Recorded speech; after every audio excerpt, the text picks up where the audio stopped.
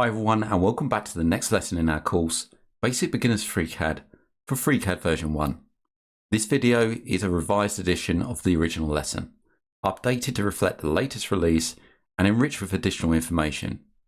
When studying real-world subjects for modelling, we need to mentally deconstruct them, then rebuild them digitally. This starts with identifying the subject's fundamental shapes that make up its form. For example, when you pick up a coffee cup by its handle, you've already identified its features. The cup itself and the handle, a shaped tube or loop. In CAD, these features are often modelled independently and then combined to form a basic structure. Additional details like the foot or the lip can then be added through further features. This method is known as feature-based modelling. Sometimes a single feature is enough to complete or nearly complete a whole base model. Take these two examples. A flat plate with holes, and a circular flange. Even though the flange is more complex in appearance, both can be created using just one operation, completing the model in a single feature. One of the most important early decisions you'll make in feature-based modelling is choosing the correct starting plane, the plane on which your first feature will be built. And this can be the difference between a tricky build or a simple one. In FreeCAD, we have fixed planes built into the system. These are called the global or reference planes. You can align your 3D view to these planes using the navigation cube, and each one corresponds to a standard viewpoint.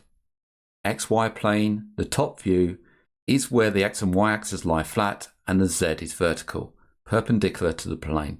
We have the XZ plane, the front view, where the X and Z axis define the plane with the Y perpendicular.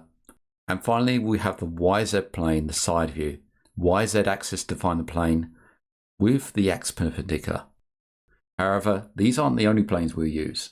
You'll also come across datum planes, origin planes, or planes on existing geometry, such as faces and sketch planes.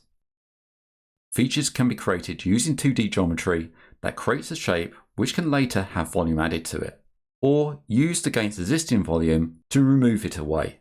This will be in the form of the shape known as the profile of the geometry. 2D shapes might sit on the face of an existing 3D object, the plane of the face. Let's take this 2D rectangle. All its vertices and edges lies on a plane, and it means the shape is planar. If one of the vertices of the rectangle is not on the same plane as the others, the shape becomes non-planar. It becomes a 3D face. 2D and 3D modeling go hand in hand. Any 2D shape can be used as the base shape. An operation is performed that adds volume to this shape to create a 3D one. Here we've extruded an L-shaped profile to create a bracket. With our bracket, viewing it from a different viewpoint shows that we would have to model two features in the form of two arms of the bracket. In this case, we need to create additional profiles from other viewpoints to fully capture the form. Whereas if we took the other view, we only need to create one. Choosing one plane over the other can result in multiple unnecessary steps to get the same result.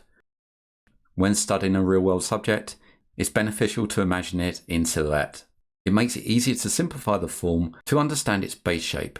We look at its silhouette from the different viewpoints, understanding which profiles we may need. Once we have a profile, we choose the operation that we need to run against it.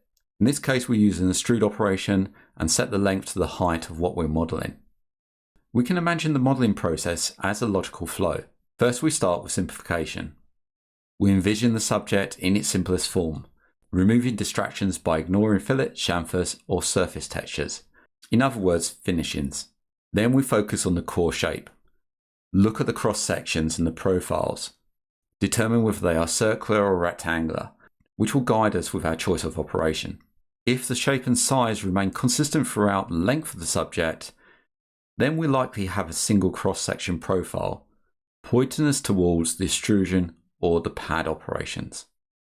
If the size taper or have some change, then you'll use a tapered extrusion or a loft.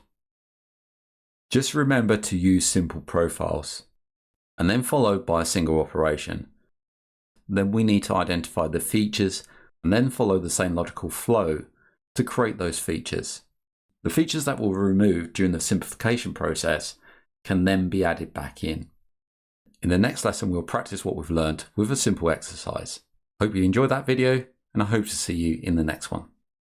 If you like what you see and you want to donate to the channel, then you can do so via Ko-Fi or Coffee at ko-fi.com/MANG0 or via PayPal at paypal.com/paypalme/DarrenBEstone. I also run a Patreon where you can get early access and additional content, and that's at patreon.com/MangoJellySolutions.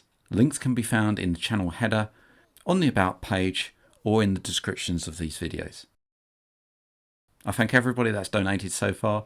It really helps to keep the lights on so I can produce more content and also expand the channel. Thank you for liking, commenting and subscribing to these videos, and I hope to see you again in the next one.